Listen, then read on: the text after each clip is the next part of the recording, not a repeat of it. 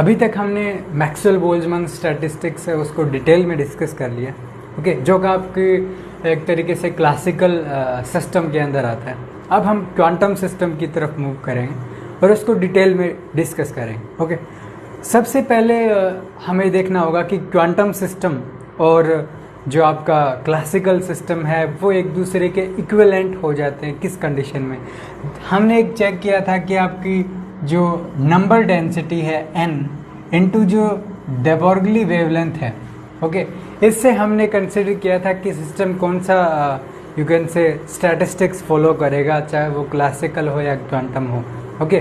Classical quantum को हम इससे डिसाइड करते थे, देन क्वांटम में कौन सा होगा वो हम उस पार्टिकल की प्रॉपर्टी से डिसाइड करते थे, ओके।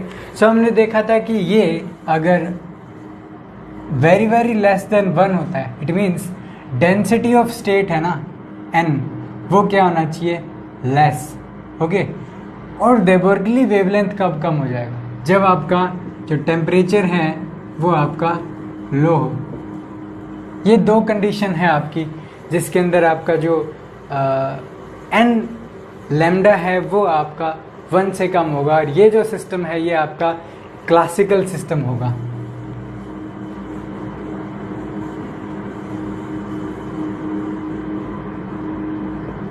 ओके, ये जो सिस्टम है अगर इसके लिए n लैम्डा वो अप्रोक्सीमेटली इक्वल टू 1 हो जाएगा, देन ये जो आपका सिस्टम है ये आपका क्वांटम सिस्टम होगा, ओके। सो अब हम इस वाले जो कंडीशन है इसको हम डिटेल से डिस्कस करेंगे। और ये जो सिस्टम है ये आपका क्वांटम अगर हो देन इस सिस्टम को डीजेनरेट सिस्टम बोलते हैं, डीजेनरेट सिस्टम, ओके। सो ये इंपॉर्टेंट है कि डीजेनरेट सिस्टम क्या होता है, ओके। सो सबसे पहले क्वांटम में हम चलते हैं और क्वांटम गैस को कंसिडर करते हैं। जैसे हमने मैक्सवेलियन गैस को कंसिडर किया था ना, उसी तरीके से आपका क्वांटम गैस भी होता है, जैसे क्लासिकल गैस होता है उस तरीके से, ओके। क्वांटम गैस, ओके, इसके अंदर हम क्या कंसिडर करेंगे, इसके अंदर जो पार्टिकल्स का डिस्ट्रीब्यूशन है, ओके, और जो आपका इंटरनल एनर्जी है वो,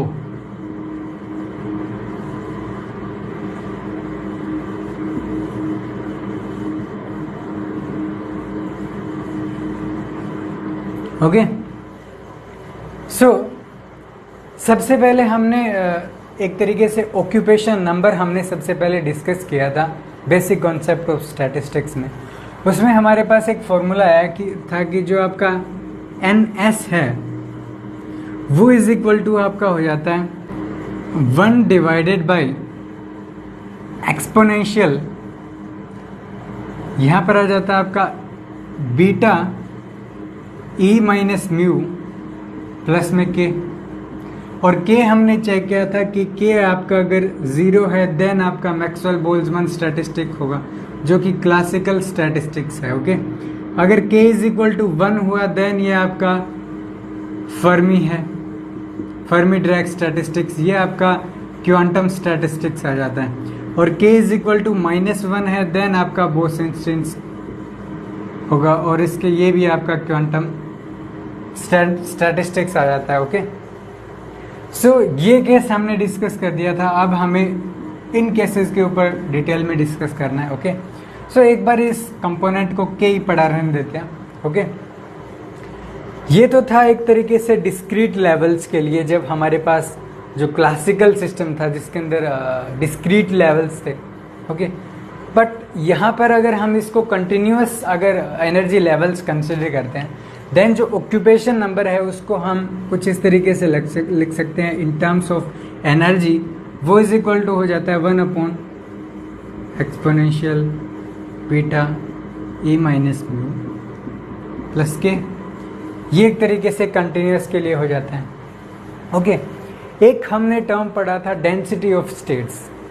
डेंसिटी ऑफ स्टेट्स होता है कि किसी सिस्टम में जो कितनी स्टेट पॉसिबल हैं पर यूनिट वॉल्यूम, वो हमने कुछ इस तरीके से डिफाइन किया था कि जो डेंसिटी ऑफ स्टेट्स है वो इज इक्वल टू होता है d3r d3p, it means phase space का वॉल्यूम डिवाइडेड बाई जो स्मॉलेस्ट पॉसिबल वॉल्यूम है h क्यूब। ओके, सो अगर डेंसिटी ऑफ स्टेट्स का अगर मैं जो मेरे पास ऑक्यूपेशन नंबर है उसके साथ अगर मल्टीप्लाई कर देता हूँ, ओके, देन मेरे पास क्या मिलता है, मेरे पास मिलता है कि इस वॉल्यूम रेंज में, ओके, इस वॉल्यूम रेंज में कितने नंबर्स ऑफ पार्टिकल हैं, एज्यूम कीजिए dn अगर हैं, ओके, कितने नंबर ऑफ पार्टिकल हैं वो मैं फाइंड आउट कर सकता हूँ इस वॉल्यूम एलिमेंट में।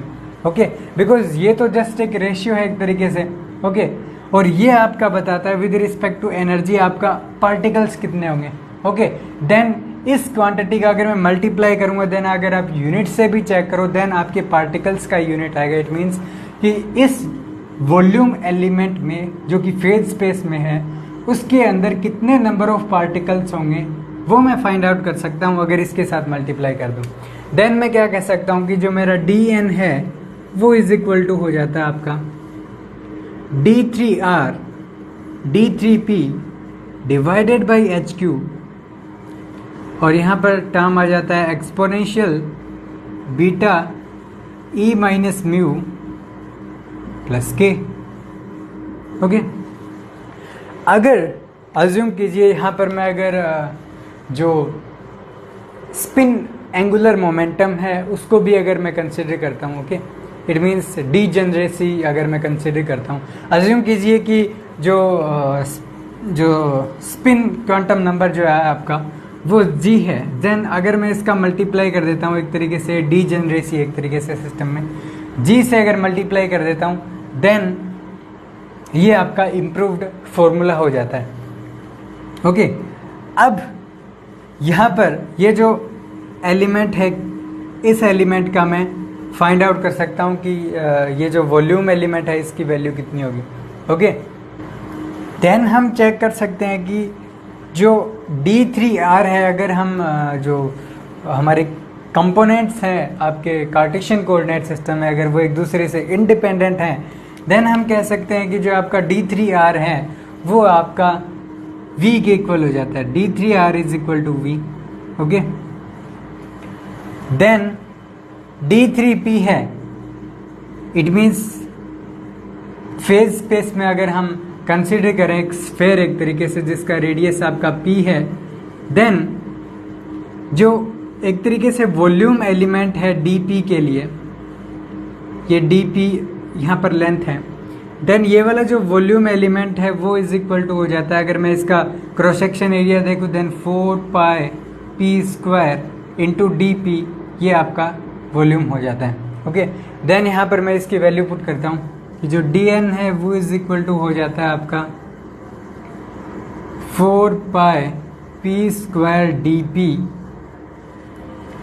Into g divided by h cube into आपका ये वाला जो टर्म है एक्सपोनेंशियल का, exponential beta e minus mu plus k. Okay, सो हम यहाँ तक पहुँच गए थे। अब इस रिलेशन को अगर हमें जो एक तरीके से डिस्ट्रीब्यूशन है पार्टिकल्स का इन टर्म्स ऑफ एनर्जी अगर फाइंड आउट करना है, देन हमें मोमेंटम को इन टर्म्स ऑफ एनर्जी लिखना पड़ेगा। ओके, और हमें पता है कि जो आपका एनर्जी है वो इज इक्वल टू आपका हो जाता है p square divided by 2m। Okay, यहाँ से मैं क्या लिख सकता हूँ, यहाँ से लिख सकता हूँ कि जो आपका अगर मैं दोनों साइड डेरिवेटिव करूँ, then de is equal to 2p dp divided by 2m। यहाँ से मैं क्या कह सकता हूँ, यहाँ से कह सकते हैं कि जो आपका p dp है वो is equal to m into de हो जाता है।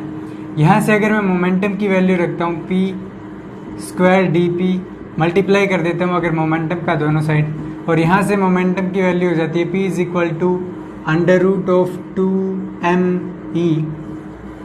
इट मीन्स यहाँ पर हो जाता है under root 2 m⁻³ e 1/2 okay into D. ये वैल्यूज़ मैं इस टर्म में अगर पुट करता हूँ देन मेरे पास जो डिस्ट्रीब्यूशन है पार्टिकल्स का वो आ जाता है √2 4πg m⁻³ e 1/2 de divided by आपका हो जाता है h³ और exponential beta e minus mu plus k. Okay, और यहाँ से आपका वॉल्यूम भी साथ साथ में चल के आ रहा था। हमने देखा था कि जो D3 आपका जो R है वो इज इक्वल टू V था। ओके, सो यहाँ पर भी आपका V आ जाता है। सो यहाँ पर मैं क्या करता हूँ कि कांस्टेंट एज्यूम कर लेता हूँ जो कि आपका इस पूरी टर्म को कंटेन करता है, ओनली एनर्जी को छोड़ के, जो आपका E 1/2 है DE और वॉल्यूम को छोड़ के। इट मीन्स इतना जो टर्म है, सॉरी यहाँ पर ये नहीं है।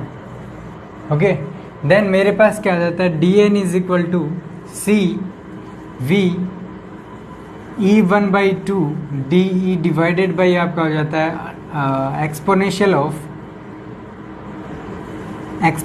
Of beta E minus mu plus k.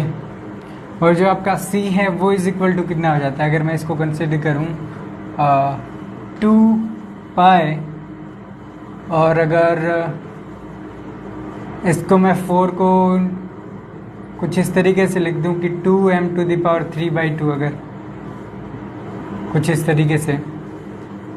Okay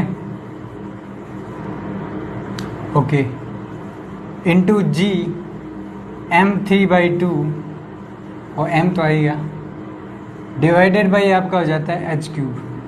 ये जो टर्म है ये आपने एक तरीके से इसको कांस्टेंट कंसिडर कर दिया। ओके, अगर यहाँ से मैं चेक करूँ देन dN डिवाइडेड बाई जो DE है वो डायरेक्टली प्रोपोर्शनल है आपका E 1/2 से। ओके, और ये एक तरीके से डायरेक्टली प्रोपोर्शनल हो जाता है आपके, अगर मैं एक्सपोनेंशियल टर्म को कंसिडर करता हूँ then exponential minus of beta E minus mu. Okay, कुछ इस तरीके से अगर हम k को कंसिडर नहीं करें, नेग्लिजिबल अगर वैल्यू इसकी रखें देन कुछ इस तरीके से हमारे पास वैल्यू आती है।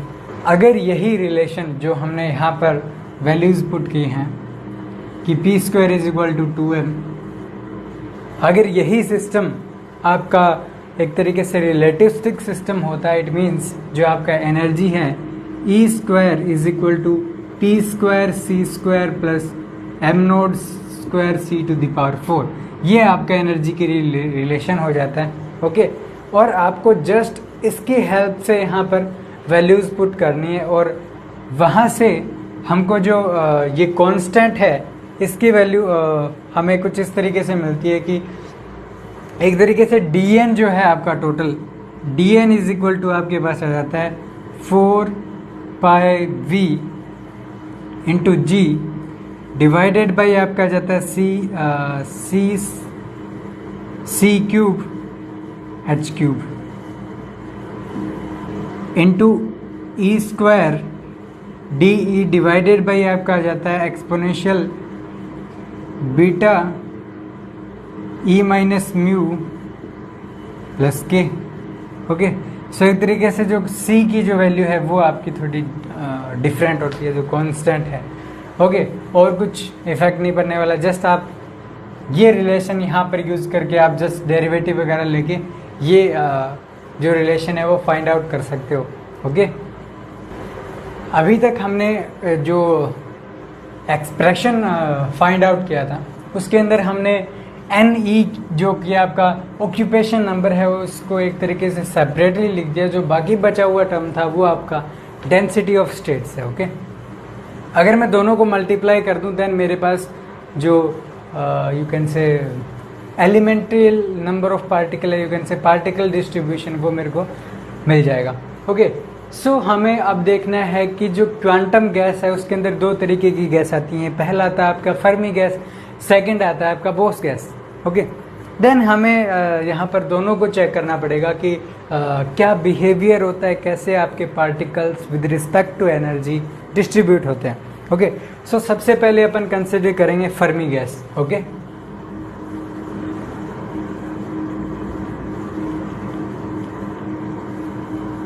ओके,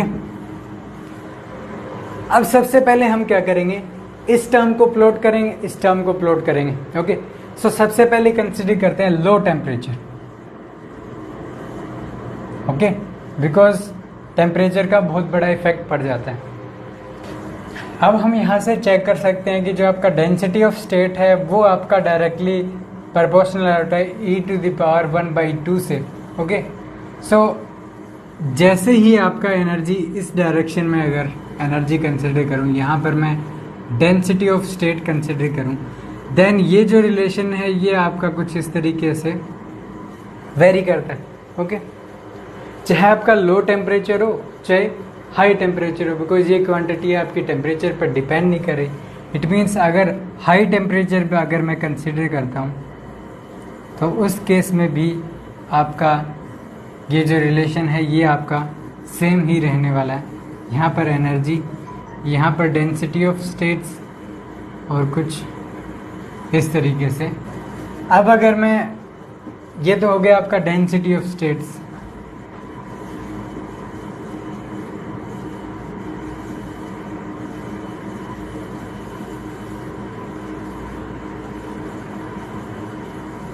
ओके, उसी तरीके से हम जो ऑक्यूपेशन नंबर है हमने चेक किया था बेसिक कॉन्सेप्ट ऑफ स्टैटिस्टिक्स में, कि जो आपका ऑक्यूपेशन नंबर है वो with respect to energy starting में आपका कांस्टेंट रहता है, देन क्विक डिक्रीज होता है इसके अंदर सडनली।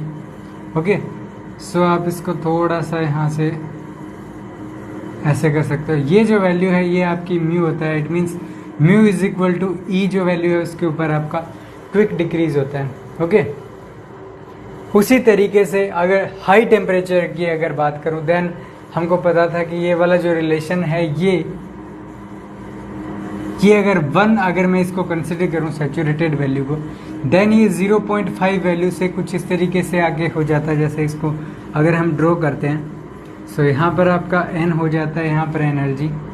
सो ये वाला जो रिलेशन है कुछ इस तरीके से आपका मूव करता है। ओके, ये जो वैल्यू है यहाँ पर अगर मैं इसको म्यू कंसिडर करता हूँ, देन ये वाला जो वैल्यू है ये आपका 0.5 वैल्यू है। इट मीन्स हमेशा इसी पॉइंट पर कट करता है, चाहे वो यहाँ से आ जाए चाहे यहाँ से आ जाए। इट मीन्स हमने चेक किया था ये चीज़ तो कि ये हर बार आपका इस पॉइंट पर 0.5 पर आपका कट करता है। सो इस तरीके से आपका रिलेशन आ जाता है, इस तरीके से आपका कर्व आ जाता है। ओके, अब अगर मैं इक्विवेलेंट फाइंड आउट करना चाहूँ दोनों का मल्टीप्लाई करके, ओके, देन मैं कह सकता हूँ कि दोनों का अगर मल्टीप्लाई करूँगा देन दोनों में जो इंटरसेक्शन है वही कर्व आपका होगा। ओके, देन जो नंबर डेंसिटी की अगर मैं बात करूँ, पार्टिकल डेंसिटी, ओके,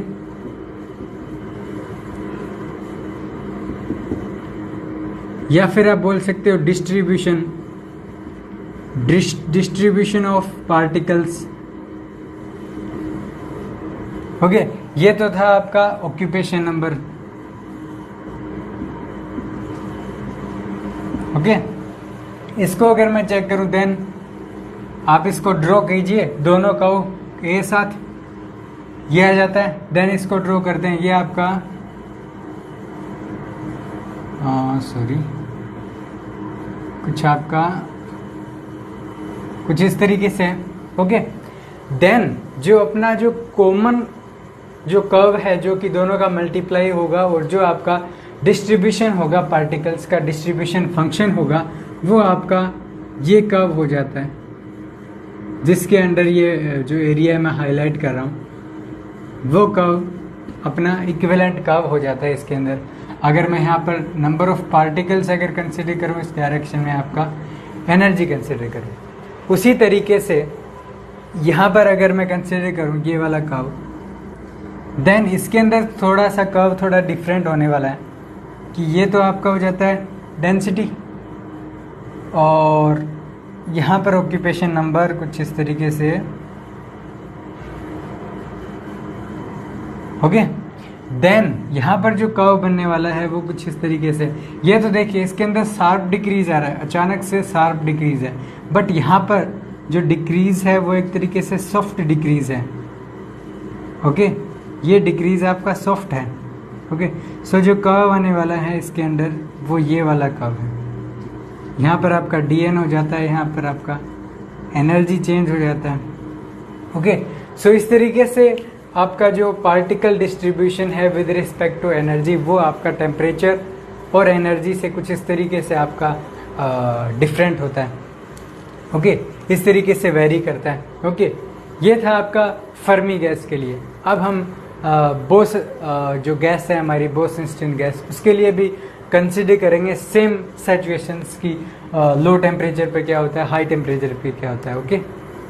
अब अगर मैं बोस गैस की बात करूं, देन अगर मैं इस कर्व पे चेक करूं कि आपका जो डेंसिटी ऑफ स्टेट्स है क्या वो चेंज हो रहा है विद रिस्पेक्ट टू एनर्जी, जब आपका जो स्टैटिस्टिक्स है वो चेंज हो रहा है, बिकॉज इसके अंदर कोई ऐसा टर्म नहीं है जो आपके फर्मी ड्रैग से बोस-आइंस्टीन अगर हम कंसिडर करें देन उसके अंदर कोई डिफरेंस हो, ओके। बट ऑक्यूपेशन नंबर में डिफरेंस जरूर आने वाला है, बिकॉज जो कांस्टेंट है यहाँ पर ऑक्यूपेशन नंबर में वो आपका -1 होने वाला है, ओके। फर्मी ड्रैग में हमने चेक किया था कि जब ये क्वांटिटी आपकी 1 होती है, ये वाली जो क्वांटिटी है ये 1 कब होगी, जब आपका जो एनर्जी है वो आपके जो म्यू है उसके इक्वल हो जाता है, ओके। देन उस कंडीशन में 1 + 1 हो जाता था, इट मीन्स हाफ आ जाता था। हमने चेक किया था कि जो म्यू इज इक्वल टू ई के ऊपर जो वैल्यू है वो आपकी हाफ हो जाती है। बट इस केस में अगर चेक करें देन 1 - 1 ये 0 होने वाली है। इट मीन्स कि ये जो कर्व है ये कुछ ऐसे आने वाला है कि E is equal to mu पर ये कुछ ऐसे जाने वाला है कर्व इन्फिनिटी की तरफ, ओके। अब अगर मैं आपकी हाई टेम्परेचर की बात करता हूं, देन ये जो एक्सपोनेंशियल जो टर्म है ना, ये एक तरीके से इस पर इतना ज़्यादा इफेक्ट नहीं पड़ पाता म्यू और ई का वैसे, ओके। बट टेम्परेचर का इफेक्ट ज़्यादा होने की वजह से ये जो कर्व है ये शिफ्ट हो जाता है आपका पीछे की तरफ बहुत ज़्यादा। देन ये कर्व कुछ इस तरीके से एक तरीके से एक्सपोनेंशियली थोड़ा डिक्रीज करते हैं, ओके। बट इससे थोड़ा डिफरेंट होता है, ओके। और जाएगा ये इन्फिनिटी की तरफ ही, because E is equal to mu जो कंडीशन है हमारी उसके ऊपर जाने वाला तो इन्फिनिटी की तरफ है, बट इसका जो स्लोप वगैरह वो चीज़ें हैं ना वो चेंज हो जाता है। अब देखिए, अब हमें फाइंड आउट करना है इन दोनों का जो इक्विवेलेंट जो बनने वाला है, ओके। फर्स्ट बात करते हैं इस कर्व। अब इस कर्व में अगर मैं चेक करूं देन ये कर्व मैंने ये बना दिया, ओके। यहाँ पर आपका E is equal to mu assume कर लेते हैं, यहाँ पर ही है E is equal to mu, okay. Then ये वाला जो कर्व है, सॉरी ये वाला जो कर्व आ जाता है कुछ इस तरीके से, ओके। देन ये जो ओवरऑल जो वैल्यू आने वाली है वो कुछ इस तरीके से आएगी, ओके। इट मीन्स ये कर्व बनने वाला है इक्विवेलेंट, बिकॉज ये वैल्यू जो है ये आपकी इन्फिनिटी की तरफ जा रही है। इट मीन्स पी कुछ इस तरीके की इस जगह थोड़ा जरूर शिफ्ट होगा, ओके। बट इस कंडीशन में जो ये जो कर्व है ये आपका इधर शिफ्ट हो रहा है। इट मीन्स कि जो यू कैन से जो कर्व है वो कुछ इस तरीके से है, देन ये जो कर्व है ये इधर ही आने वाला है, इसके बीच के अंदर यहां पर कुछ इस तरीके से।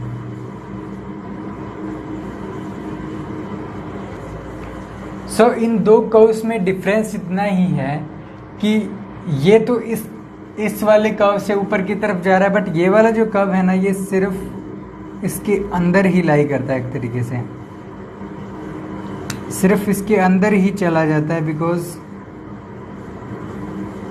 जो टेम्परेचर है उसका इफेक्ट आपके इन्फिनिटी की बजाय ज़्यादा इफेक्टिव होता है टेम्परेचर। ओके, उसकी वजह से ये कर्व जो है ये इसके अंदर ही फिक्स हो जाता है।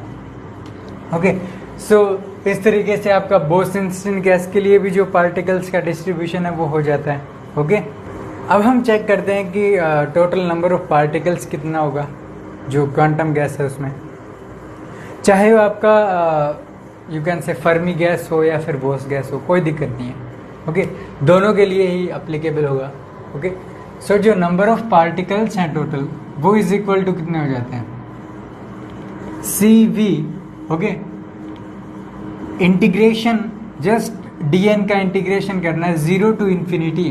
ओके, यहां पर हमारे पास कितना आ जाता है, E1/2 DE डिवाइडेड बाई आपका आ जाता है exponential beta E minus mu plus के।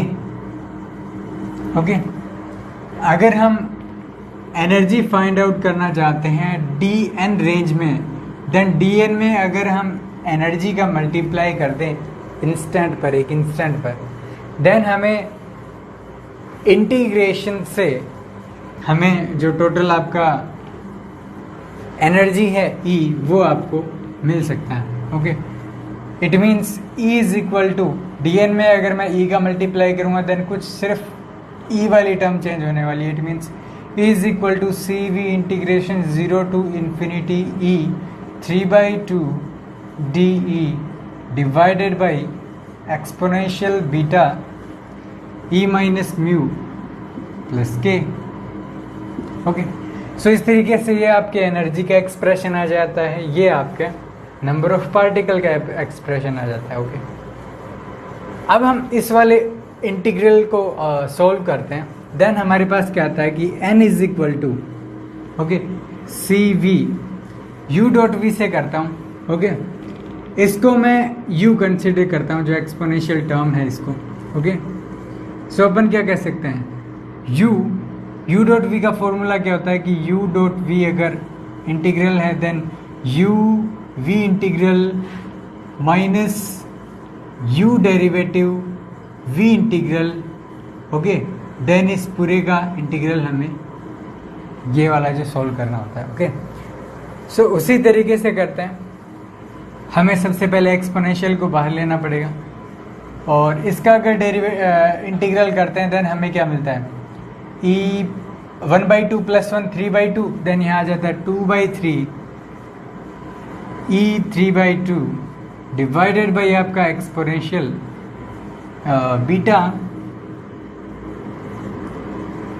Beta E minus mu plus k. Okay, और इसके अंदर अपने को लिमिट अप्लाई करनी पड़ेगी 0 to infinity। फिर अपन क्या करते हैं, माइनस में इंटीग्रल 0 to infinity u का डेरिवेटिव, इस टर्म का अगर डेरिवेटिव करता हूं देन ये क्या हो जाता है -1 डिवाइडेड बाई आपका इसका स्क्वायर, माइनस अगर मैं यहाँ पर प्लस कर देता हूँ एक्सपोनेंशियल टर्म का जो भी टर्म है उसका स्क्वायर। ओके, देन इस टर्म का डेरिवेटिव। ओके, इस टर्म का डेरिवेटिव यहां पर मुझे करना पड़ेगा एक्सपोनेंशियल बीटा, इसका कितना हो गया, ये तो कांस्टेंट है, इसका इतना ही हो जाता है exponential beta E minus mu. Okay, then इस वाली टर्म का, ओके इस वाली टर्म का करते हैं देन हमारे पास क्या आता है, beta, okay, because beta into E का करना है विद रिस्पेक्ट टू ई, ये कितना हो जाता है आपका बीटा, आगे कांस्टेंट क्वांटिटी है, कोई फर्क नहीं पड़ने वाला, ओके, इंटू डी ये आपका चल ही रहा है, ओके। अब हम क्या करते हैं कि इसके अंदर लिमिट अप्लाई करते हैं। सबसे पहले इसके अंदर लिमिट अप्लाई करेंगे, देन इन्फिनिटी अगर करूँगा देन नीचे वाला टर्म ये टोटल आपका ज़ीरो हो जाएगा, माइनस ज़ीरो अप्लाई करूँगा देन भी ज़ीरो है। इट मीन्स इस टोटल टर्म का जो वैल्यू है वो ज़ीरो आने वाला है, ओके। इट मीन्स मुझे सिर्फ ये वाली टर्म कंसिडर करनी पड़ेगी, ओके। देन और सॉरी यहाँ पर एक टर्म हो रह गया ना, बीटा तो था, ओके, बट यहाँ पर आपको इंटीग्रल भी करना पड़ता है ना वी का करेंगे, देन यहाँ पर 2/3 और e 3/2 डी ये भी आपको इंक्लूड करना पड़ता है साथ साथ में, ओके। इट मीन्स ये टर्म है ये ज़ीरो हो गया, देन जो टोटल नंबर ऑफ पार्टिकल है मेरा वो इज इक्वल टू हो जाता है 2/3 CV, बीटा मेरा कांस्टेंट है बाहर आ जाता है, बीटा इंटीग्रल करता हूँ 0 to infinity exponential beta e minus mu, okay sorry, e minus mu e 3/2 DE divided by आपका आ जाता है exponential beta e minus mu plus के और इसका स्क्वायर। अब यहाँ पर ये वाला जो टर्म है इसे हम एक तरीके से रीराइट करेंगे, कैसे चेक करते हैं। इसमें से स्क्वायर में से अगर मैं एक पावर सिंगल पावर अगर मैं बाहर एक बार इंक्लूड करता हूँ बाहर, ओके, सो यहाँ पर अपन कह सकते हैं कि जो 1 डिवाइडेड बाय एक्सपोनेंशियल में जो टर्म है प्लस के, ओके, इसको अपन कैसे लिख सकते हैं, इसको लिख सकते हैं अपन 1 माइनस, सॉरी इधर एक्सपोनेंशियल का भी टर्म आया था, एक्सपोनेंशियल जो टर्म है, ओके, इसको लिख सकते हैं 1 माइनस के डिवाइडेड बाई आपका जो एक्सपोनेंशियल में टर्म है प्लस में के, ओके। इस तरीके से लिख सकते हैं ना हम इस टर्म को, ओके। देन सिंपली इसकी वैल्यू पुट करते हैं यहाँ पर, ओके। और एक जो टर्म है एक्सपोनेंशियल का ये वाला जो नीचे वाला डिनोमिनेटर में है ये एज इट इज़ पढ़ा रहने देते हैं और एक तरीके से मल्टीप्लाई करते हैं अंदर की साइड। देन हमें क्या मिलता है, देन हमें मिलता है 2/3 CV बीटा, ओके। अब यहाँ पर इंटीग्रल है 0 टू इन्फिनिटी, ओके। यहाँ पर एक्सपोनेंशियल वाली टर्म चली गई इसके अंदर, देन यहाँ पर सिर्फ बचा e 3/2 DE डिवाइडेड बाई आपका जो एक एक्सपोनेंशियल का टर्म बचा प्लस में के, ओके, माइनस के इंटीग्रेशन 0 टू इन्फिनिटी। यहाँ पर अगर मैं चेक करूँ देन यहाँ मेरा ये टर्म भी आ गया, e 3/2 रह गया, e 3/2 DE देन डिवाइडेड बाय, अब यहाँ पर जो एक्सपोनेंशियल का टर्म है प्लस में के है, इसका स्क्वायर मेरा यहाँ होने वाला है। सो इस तरीके से ये आपका इंटीग्रल आ जाता है, ओके। अगर मैं 2/3 बीटा जो कि आपका 1 डिवाइडेड बाई KBT है, इसको मैं इधर वाली साइड लेके चलता हूँ, देन ये क्या हो जाता है 3/2 NKBT, ओके, 3/2 NKBT। इसको मैं एक बार लिख लेता हूँ 3/2 N K B T is equal to, आप यहाँ पर चेक कीजिए, यहाँ पर बचा सी वी इंटू ये वाला टर्म।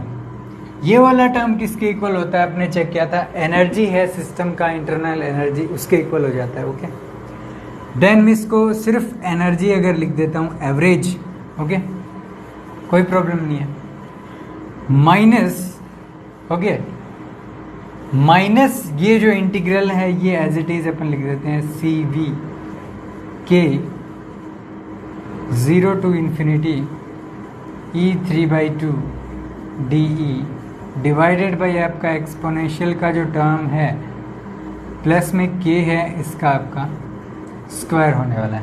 ओके, अगर हम इस टर्म को रीराइट करें देन हम कह सकते हैं कि जो आपका जो एवरेज एनर्जी आ रहा है वो is equal to 3/2 KBT plus minus, because k की वैल्यू प्लस या -1 हो सकती है।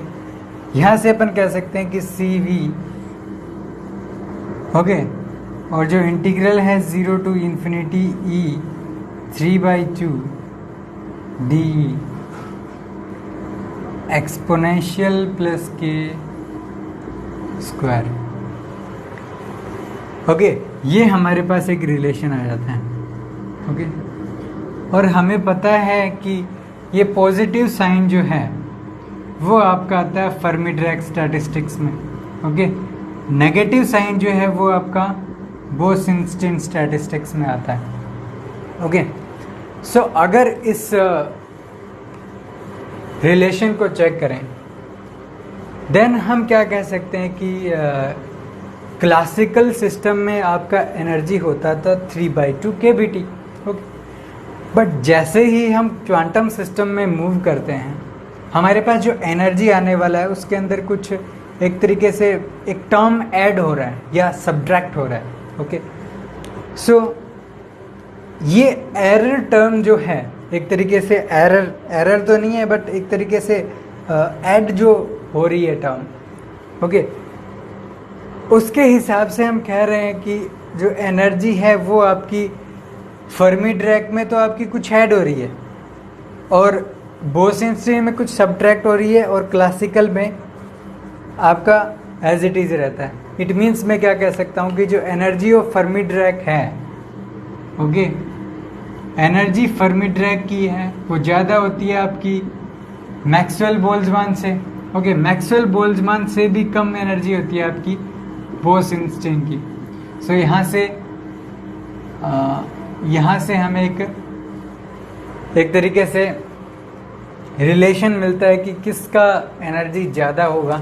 ओके, वैसे ही हम प्रेशर को भी कंसिडर कर सकते हैं, बिकॉज जो प्रेशर है PV, हमने चेक किया था कि PV इज इक्वल टू क्या होता है nRT। nRT की जगह हमने क्या पुट कर दिया था,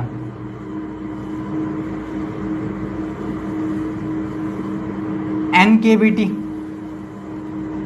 NKBT और एनर्जी में क्या रिलेशन होता है कि 3/2, देन यहाँ पर 2/3 लिख सकता हूँ मैं, 2/3 इंटू E।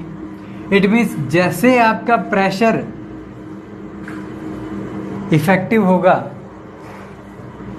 उसी तरीके से आपका एनर्जी भी इफेक्टिव है। इट मीन्स दोनों एक तरीके से डायरेक्टली प्रोपोर्शनल है। ओके, और ये V वैसे सब उसमें चला जाता है, वैसे डिवाइड में चला जाता था, उसके वो प्रॉब्लम वाली बात नहीं है। इट मीन्स प्रेशर है वो 2/3 E होता है। Okay, it means same relation आपका प्रेशर के लिए होगा कि जो आपका प्रेशर है फर्मी डिराक के लिए वो आपका ज़्यादा होगा प्रेशर इन मैक्सवेल बोल्ट्जमान, और मैक्सवेल बोल्ट्जमान से भी कम होगा आपका प्रेशर बोस-आइंस्टीन स्टैटिस्टिक्स में। अब क्वेश्चन आता है कि फर्मी डिराक का ज़्यादा क्यों है क्लासिकल से। सो इसका आंसर आता है कि फर्मी डिराक स्टैटिस्टिक्स में हम जो एक तरीके से पाउली एक्सक्लूजन प्रिंसिपल का यूज़ करते हैं। ओके, उसकी वजह से क्या होता है कि पार्टिकल है वो एक एनर्जी लेवल में दो पार्टिकल नहीं रह सकते। ओके, इसकी वजह से क्या है कि पार्टिकल्स हैं ज़्यादा लेवल तक फिल होते हैं। ओके, और हमें पता है कि अगर पार्टिकल हायर लेवल में जाएगा देन उसका एनर्जी नॉर्मल सिस्टम से ज़्यादा होगा, देन हम कह सकते हैं कि फर्मी ड्रैग का आपका एनर्जी जो है वो आपका ज़्यादा होना चाहिए नॉर्मली। बट बोसेनस्टीन का कम क्यों होता है? अगर हम जो बोसॉन्स और फर्मियोन्स की बात करें, देन बोसॉन्स का जो वेव फंक्शन होता है वो सिमेट्रिक होता है। हमने देखा था, या फिर हम देख सकते हैं क्वांटम फिजिक्स के अंदर आता है ये पार्ट कि बोसॉन का जो वेव फंक्शन होता है वो आपका सिमेट्रिक होता है और फर्मियोन्स का एंटी सिमेट्रिक होता है, जिसकी वजह से फर्मियोन्स आपस में नहीं रहना चाहते, बट बोसॉन्स हैं वो एक तरीके से स्टिक होना चाहते हैं एक दूसरे की तरफ, जिसकी वजह से जो बोसॉन्स हैं वो आपके लोअर एनर्जी लेवल्स में रह जाते हैं। और हमें पता है कि मैक्सवेल बोल्ट्जमैन में आपका जो डिस्टिंग्विशिबिलिटी है पार्टिकल्स का वो भी एक तरीके से इफेक्ट करता है कि अगर आपके पास डिस्टिंग्विशिबिलिटी है देन आपके पास हायर नंबर ऑफ माइक्रोस्टेट्स होंगी, जिसकी वजह से आपके सिस्टम का एनर्जी ज़्यादा होगा। ओके, सो वैसे ही बोसेनस्टीन में आपका माइक्रोस्टेट भी कम हो जाता है, नंबर ऑफ माइक्रोस्टेट, और उसका जो सिमेट्रिक वेव फंक्शन है आपका बोसॉन का वो भी इफेक्ट करता है एक तरीके से एनर्जी को। ओके, सो हम एक्सप्लेन कर पाते हैं कि फर्मी ड्रैग का एनर्जी ज़्यादा, उससे कम मैक्सवेल बोल्ट्जमैन का, और सबसे कम आपका बोसेनस्टीन स्टैटिस्टिक्स का। ओके, अगर हम इस करेक्शन टर्म की तरफ चेक करें कि ये जो करेक्शन टर्म आ रहा है हमारे पास, ओके, इसको मैं कैसे रिप्रेजेंट कर सकता हूँ?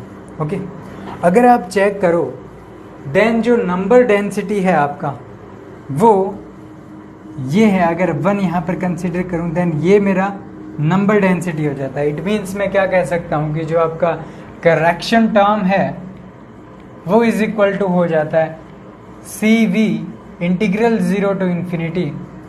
यहाँ पर जो नंबर डेंसिटी है it means number of particle per unit volume, उसका स्क्वायर करता हूँ इंटू e⁴/2 इंटू DE। ये एक तरीके से रिलेशन आता है। अगर मैं ध्यान से चेक करूँ देन मैं क्या कह सकता हूँ कि अगर पार्टिकल डेंसिटी है अगर वो इंक्रीज करता है, इट मीन्स अज्यूम कीजिए आपका पार्टिकल डेंसिटी ज़्यादा है, ओके, उस केस में ये जो करेक्शन टर्म है ये इफेक्टिव होगा एक तरीके से, बिकॉज इसका वैल्यू है वो लार्ज हो जाता है। ओके, और हम कह सकते हैं कि एनर्जी में भी उतना चेंज आएगा। ओके, और ये चेंज आने का मतलब क्या है कि आपका जो सिस्टम है वो एक तरीके से फर्मी ड्रैग में एक तरीके से ज़्यादा जा रहा है, एक तरीके से, या बोसेनस्टीन में एक तरीके से ज़्यादा एक तरीके से क्वांटम सिस्टम की तरफ मूव कर रहा है। ओके, टोटली क्वांटम सिस्टम की तरफ मूव करता है। ओके, सो यहाँ से ये टर्म आ जाता है। एक टर्म हो रहता है कि अगर हम रिलेटिविस्टिक केस में है देन ये केस तो सेम रहता है 3/2 kBT, ये तो एनर्जी ठीक रहता है, बट जो करेक्शन टर्म है वो कितना आएगा? ओके, सो उसके अंदर हमें पता है कांस्टेंट की वैल्यू हमने चेक किया था कितना आता है। ओके, कांस्टेंट का वैल्यू कुछ था 4π/v डिवाइडेड बाई c³h³ कुछ इस तरीके से था correction term. Okay, correction term का c का वैल्यू, ओके, v उसमें इंक्लूडेड था अंदर। ओके, और वहाँ पर e² आता था, e²DE आता था। ओके, देन हम यहाँ चेक करें कि एनर्जी वाली टर्म में जो n वाला टर्म है इसके अंदर आप 1 ऐड करोगे देन 3/2 बन रहा है। सेम उसी केस में आप अगर करोगे देन यहाँ पर q आ जाता है, सिर्फ इतना ही फर्क होता है, नीचे एक्सपोनेंशियल का जो टर्म है वो सेम रहता है। इट मीन्स ये कांस्टेंट एक्स्ट्रा। ओके,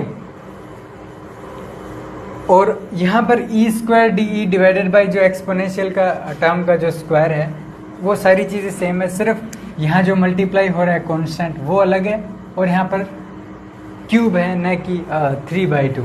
ओके, सो ये केस हो जाता है आपका रिलेटिविस्टिक के लिए। ये इंपॉर्टेंट नहीं है वैसे, बट एक तरीके से थोड़ा पता होना चाहिए कि क्या रिलेशन होता है रिलेटिविस्टिक केस के लिए।